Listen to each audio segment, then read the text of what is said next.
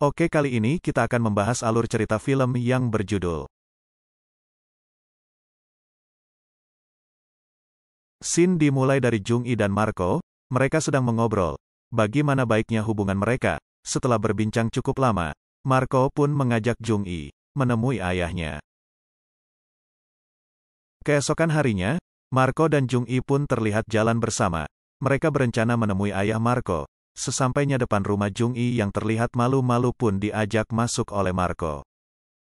Terlihat ayah Marco yang bernama David. Ia sedang merawat tanamannya. Jung-i dan Marco pun masuk, dan disambut baik oleh David. Mereka pun berbincang-bincang, dan betapa senangnya David mendengar anaknya akan segera menikah. Setelah berbincang dengan David, Marco dan Jung-i memutuskan keluar. Sesampainya di mobil, Marco yang sudah tak tahan pun, langsung mengajak Jung-i senam bibir, dan Marco pun mencoba melemaskan jari-jari tangannya. Beberapa bulan kemudian, terlihat Jung-i yang sedang menangis sambil menelpon temannya. Ia pun bercerita kalau Marco sudah lama pergi dan tidak memberi kabar. Keesokan harinya Jung-i bertemu dengan temannya, yang bernama Yuji. Jung-i pun bercerita banyak kepada Yuji, sambil meminta tolong untuk dicarikan pekerjaan. Yuji pun menawarkan Jung-i pekerjaan di salah satu kafe plus-plus. Jung-i pun menerima tawaran Yuji. Malam harinya Yuji mengajak Jung-i ke kafe yang diceritakan. Mereka pun bertemu dengan bos kafe itu. Yuji pun menjelaskan bahwa temannya ingin menjadi pegawai di kafe itu. Si bos kafe pun menjelaskan pekerjaannya. Tidak lama kemudian si bos yang keranjang itu pun menarik Jung-i masuk dan mencicipi Jung-i. Tidak lama si bos pun keluar, menghampiri Yuji yang dari tadi menunggu. Yuji pun menanyakan servis yang diberikan Jung-i. Si bos pun mengakui kalau servis yang diberikan Jung-i sangat memuaskan.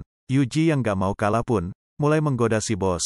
Dengan menggosok-gosok batangnya, si bos yang mulai bereaksi pun langsung membawa Yuji ke kamar, dan mereka pun berkembang biak. Terlihat Jung-i yang sudah mulai bekerja, ia keluar menemui bosnya untuk memberi laporan. Tak lama kemudian, terlihat seorang laki-laki keluar dari mobil. Laki-laki itu pun masuk, terlihat ia pun memesan paket spesial. Si bos pun langsung menunjukkan ruangannya, dan betapa kagetnya mereka. Ternyata laki-laki itu David, ayah dari Marco. David pun langsung menanyakan kenapa Jung-i bisa ada di tempat ini. Jung-i pun menceritakan kalau Marco pergi dan gak ada kabar. Mereka pun melanjutkan perbincangan, dan David pun memutuskan untuk pergi, karena tidak mungkin meniduri istri anaknya. Namun Jung-i menahan, karena memang itulah pekerjaannya sekarang. David yang tidak mau menyia-nyiakan paket spesial yang sudah dipesan pun, akhirnya mereka pun berkembang biak. Keesokan harinya terlihat Jung-i yang sedang berjalan. Tiba-tiba, handphonenya berbunyi. Jung-i pun mengeceknya, dan ternyata Marco yang menelpon. Setelah berbicara di telepon akhir mereka pun bertemu. Marco yang sudah lama menghilang pun akhirnya meminta maaf kepada Jung-i. Jung-i yang merasa hidupnya hancur pun tidak mau buru-buru mengambil keputusan. Jung-i pun meminta waktu untuk menjawabnya. Setelah itu Jung-i langsung menemui Yuji. Jung-i pun bertemu dengan Yuji. Mereka pun mengobrol sambil meminum minuman, dan Jung-i pun meminta saran kepada Yuji, perihal Marco yang ingin hidup bersama lagi. Yuji pun menyarankan Jung-i, untuk memberikan persyaratan kepada Marco, berupa aset milik Marco, sebagai jaminan kalau Marco tidak akan meninggalkannya lagi. Keesokan harinya Jung-i pun menemui Marco. Jung-i pun meminta jaminan seluruh aset Marco. Jika ingin kembali bersama lagi, Marco pun menyanggupi persyaratan Jung-i. Tapi dengan syarat Jung-i harus mau menemaninya bercocok tanam, dan mereka pun saling menyepakati. Marco pun langsung mengeksekusi Jung-i.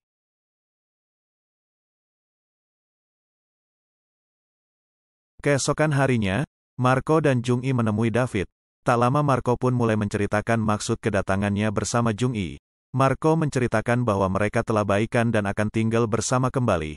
David yang mendengar hal itu pun langsung terdiam, karena ia takut anaknya tahu kalau dulu mereka pernah tidur bareng. Setelah bertemu dengan Marco dan David, Jung-i pun bertemu dengan Yuji.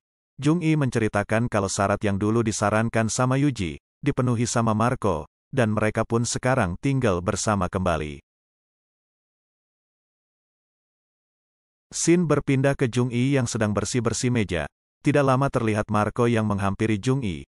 Marco pun pamit untuk berangkat kerja. Ayah Marco yang tahu itu pun langsung menghampiri Jung-i, dan mengajak Jung-i untuk berbincang. David yang sedari tadi sange pun, mencoba merayu Jung-i. Jung-i yang tidak bisa menolak ajakan David, akhirnya mau melayani David bercocok tanam.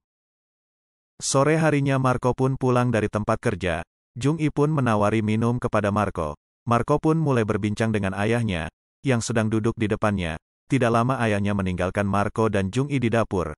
Marco pun bercerita kepada Jung-i kalau besok dia akan kerja keluar kota. Keesokan harinya terlihat David yang sedang mengambil air minum. Ia pun mendengar suara aneh. Setelah ia cari sumber suara itu ada di kamar Marco, yang kebetulan pintu kamarnya terbuka. David pun melihat anaknya yang sedang bercocok tanam. Tiba waktunya Marco berangkat kerja. Marco pun pamit kepada ayahnya.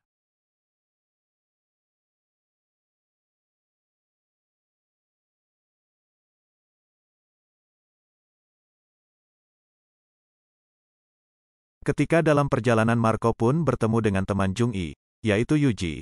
Mereka pun berbincang. Yuji menanyakan kepergian Marco yang membawa koper cukup besar. Marco pun lalu menjawab, bahwasannya ia akan bekerja di luar kota. Entah kenapa dengan spontan, Yuji berkata kalau gawang istrinya sering dijebol David. Marco yang kaget mendengar hal itu pun menjadi ragu untuk kerja di luar kota. Dan pada akhirnya Marco pun kembali ke rumah. Dan Marco pun melihat dari sela pintu yang terbuka, kalau gawang istrinya sedang dijebol sama ayahnya. Di situ Marco frustasi, dan keesokan harinya terlihat Marco yang sedang berbincang dengan istrinya. Ia pun memutuskan untuk pergi, dan Marco pun pergi tanpa menyapa ayahnya, yang sedari tadi melihatnya, dan film pun berakhir.